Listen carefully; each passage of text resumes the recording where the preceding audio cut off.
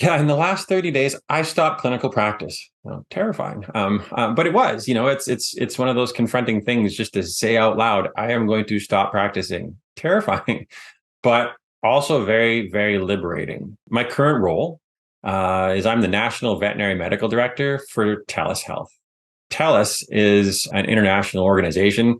In what I do is focused on healthcare solutions, leveraging basically the internet, and leveraging technology, right? And it's a leader in the space for sure. It's the reason I went that direction and took this job.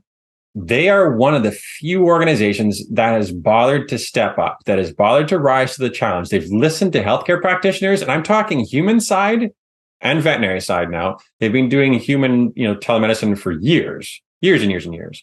And now more recently, we are launching in the veterinary space.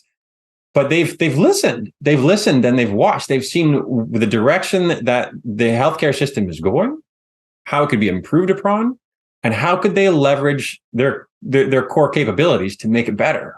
And that's fantastic. That's exactly what organizations need to do.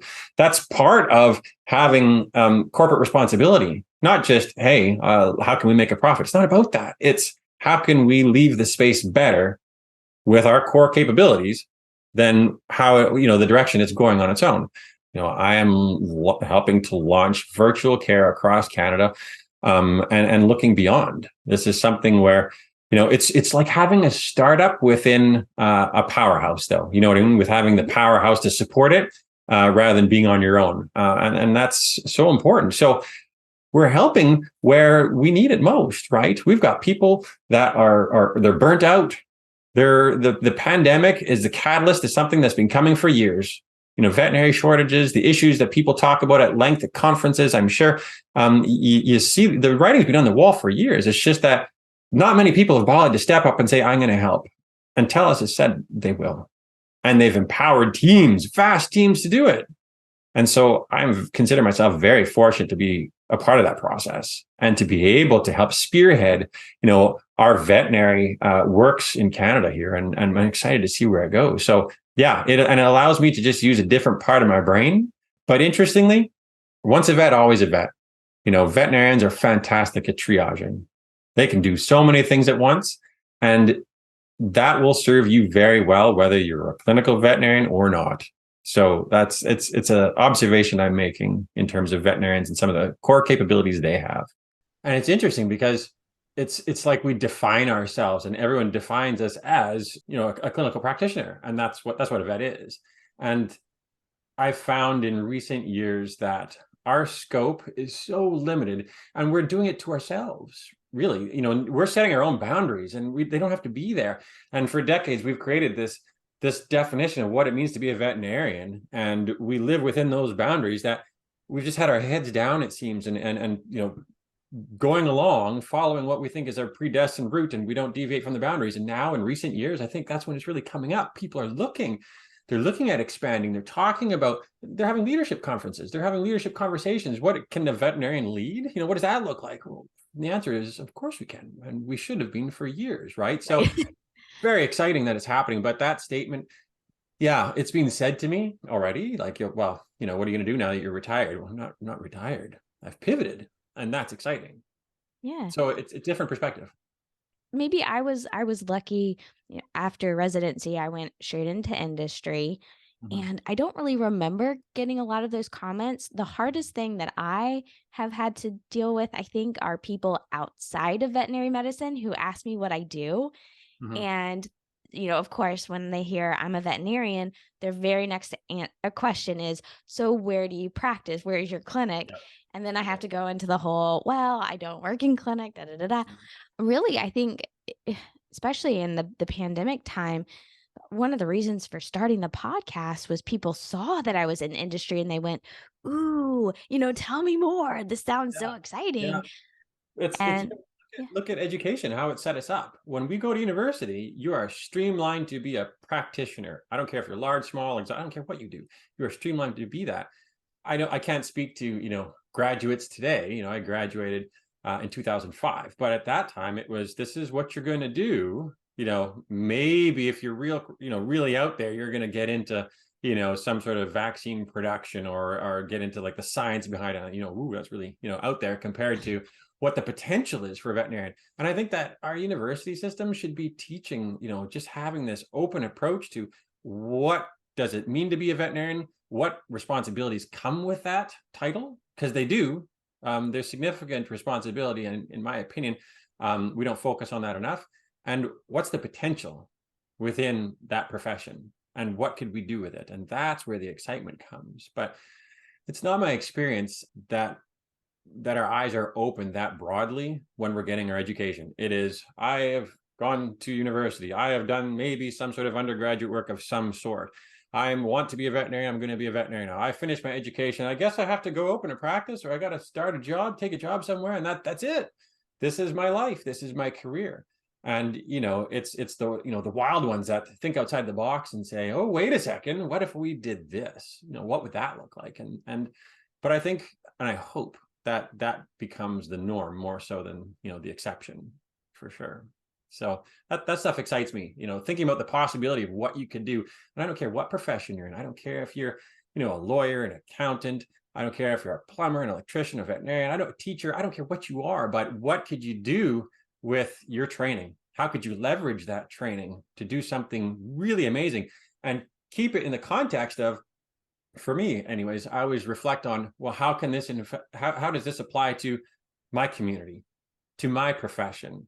And by community, I don't just mean like the town I live in or the city I live in or the province or the country. I mean, like, what is the implications of what I do, at a local, a national, and even a global level, like as a profession? And that's the lens with which we have to start looking at our life choices. So, and it starts at school, right? They open our eyes to some of these ideas.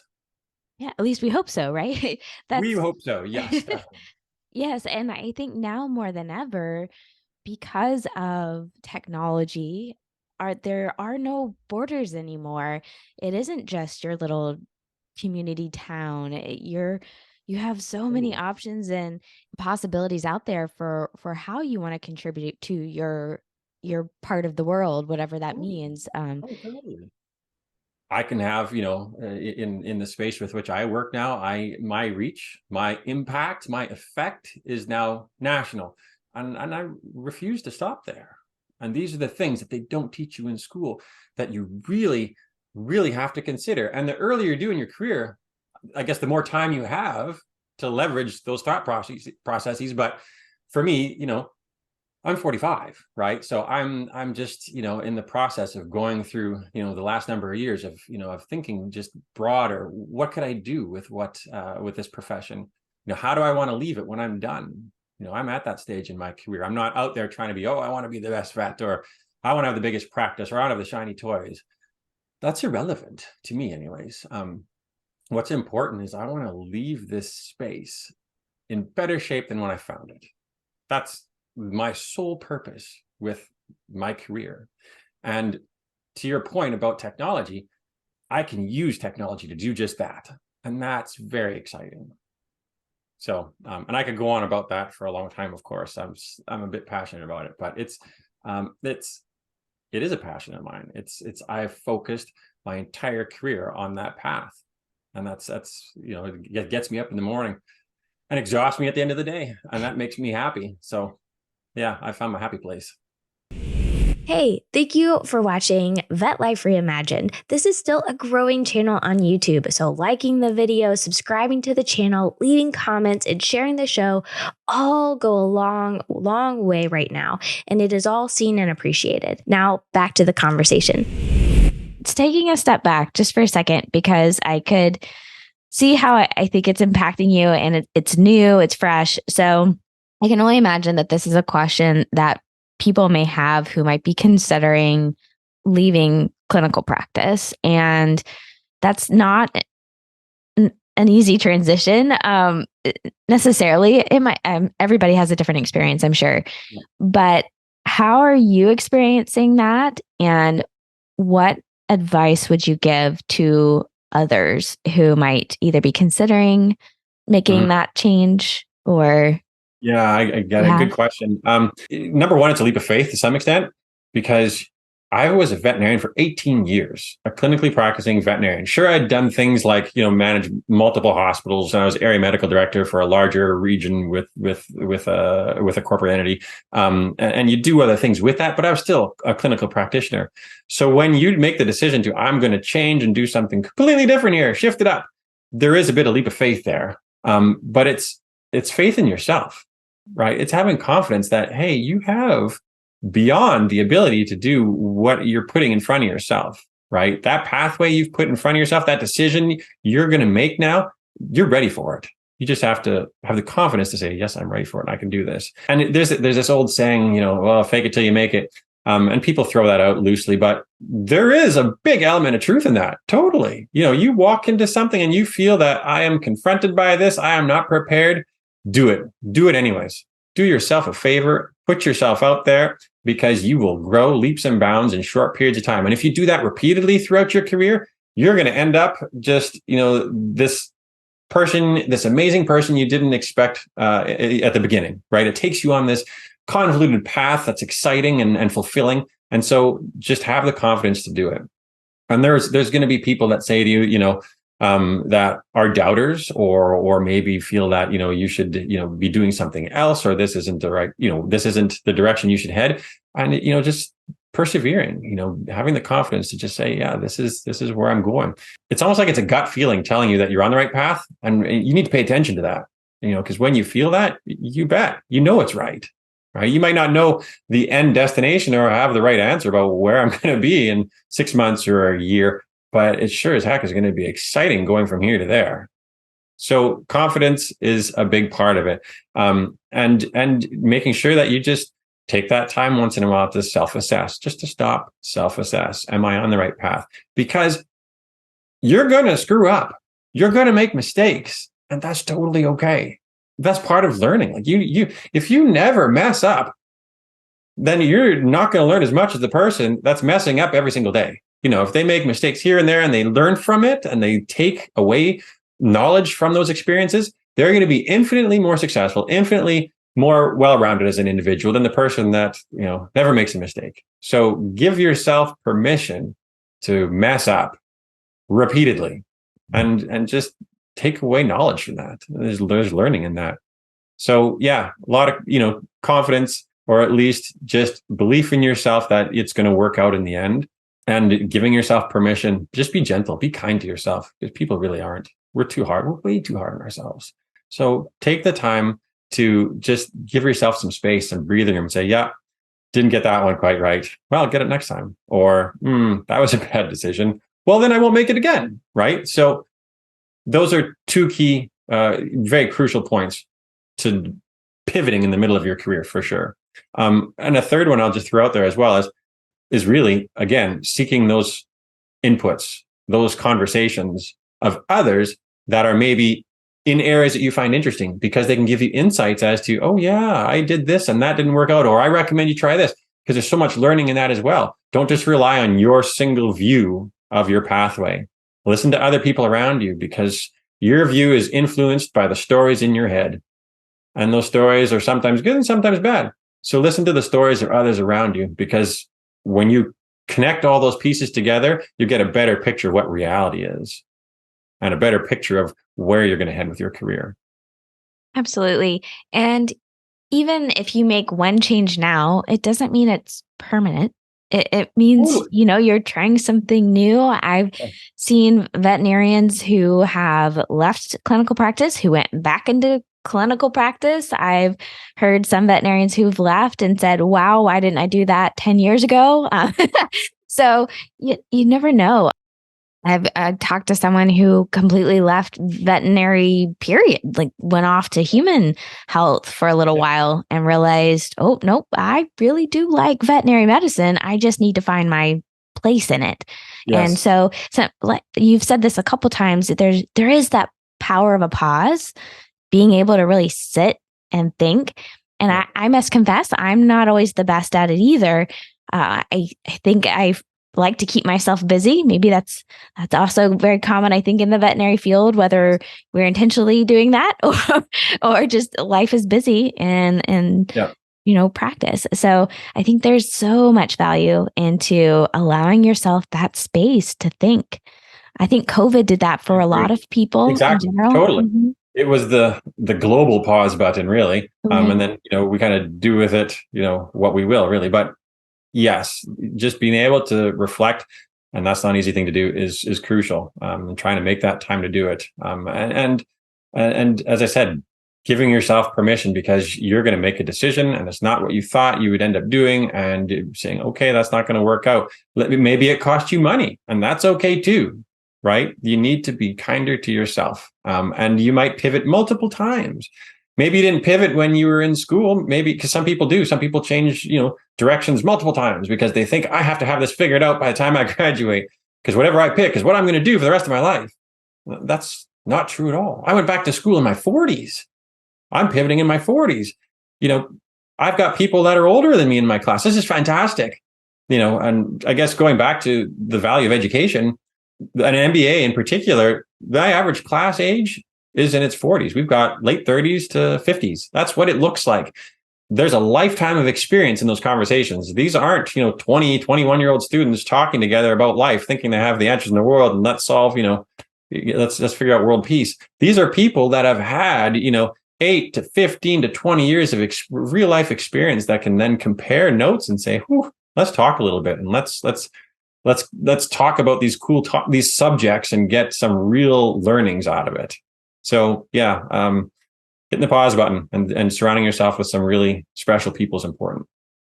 Oh, I love that idea of having older individuals that have all that experience coming together in a room to talk about things and leadership and business.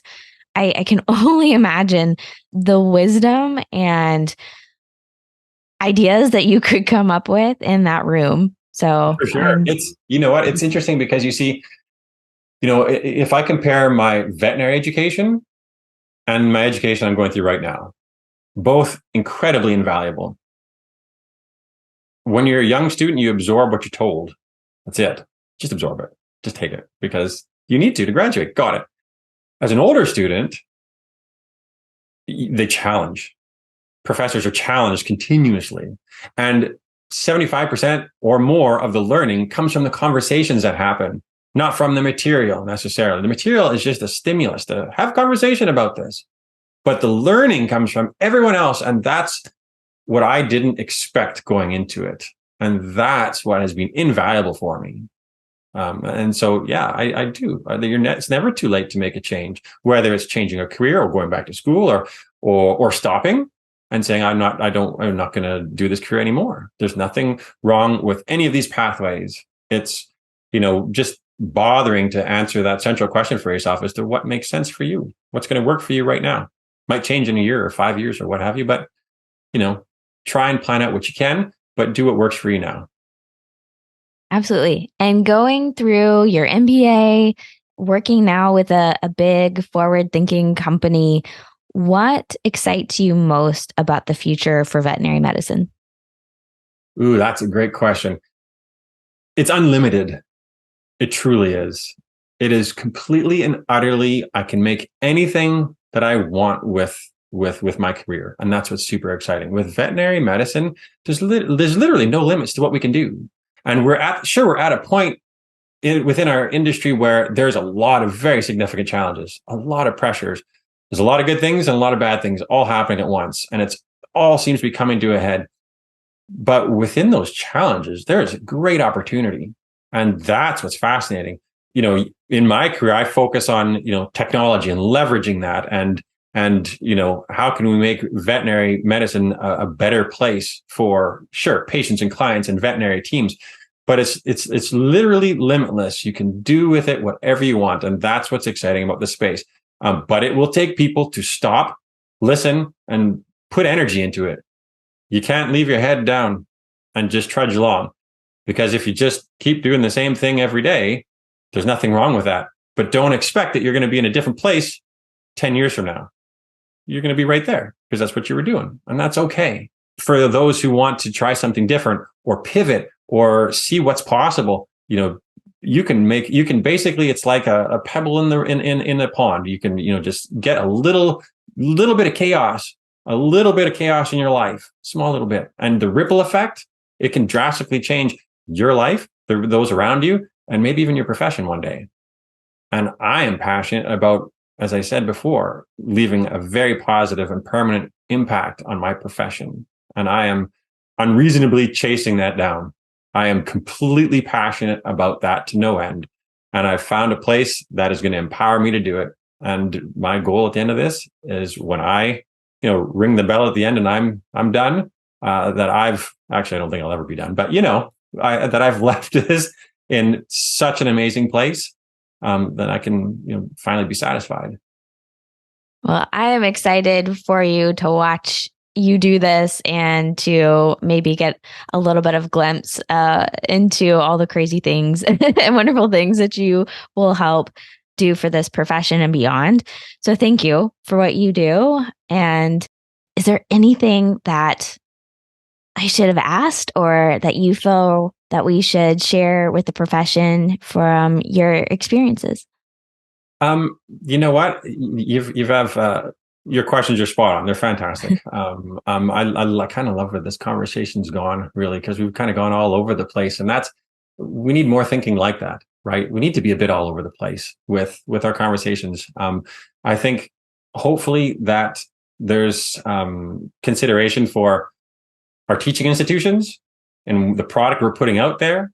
I think there's considerations for veterinarians and veterinary teams themselves during the career process themselves. They need to focus on, how to be that good leader, how to be an amazing leader, because whether you like it or not, you are one. People look to you now. You've chosen this profession. They look to you with respect and look for leadership. So how can we constantly self-improve to be those great leaders? And then not forget that at any time within that career, we can stop and we can make a change. And it can be drastic or it can be minor. And that's okay. And we need to be giving ourselves the space and the permission to do it. And some really fantastic things will come from that, the more people we have doing it. Make sure you check out the full episode over on audio on the Vet Life Reimagined podcast on your favorite audio platform. Justin and I talk about the power of taking a pause and reflecting on life, the value of surrounding yourself with powerful people, leadership, and so much more. It's such a packed, wonderful episode. I hope to see you there.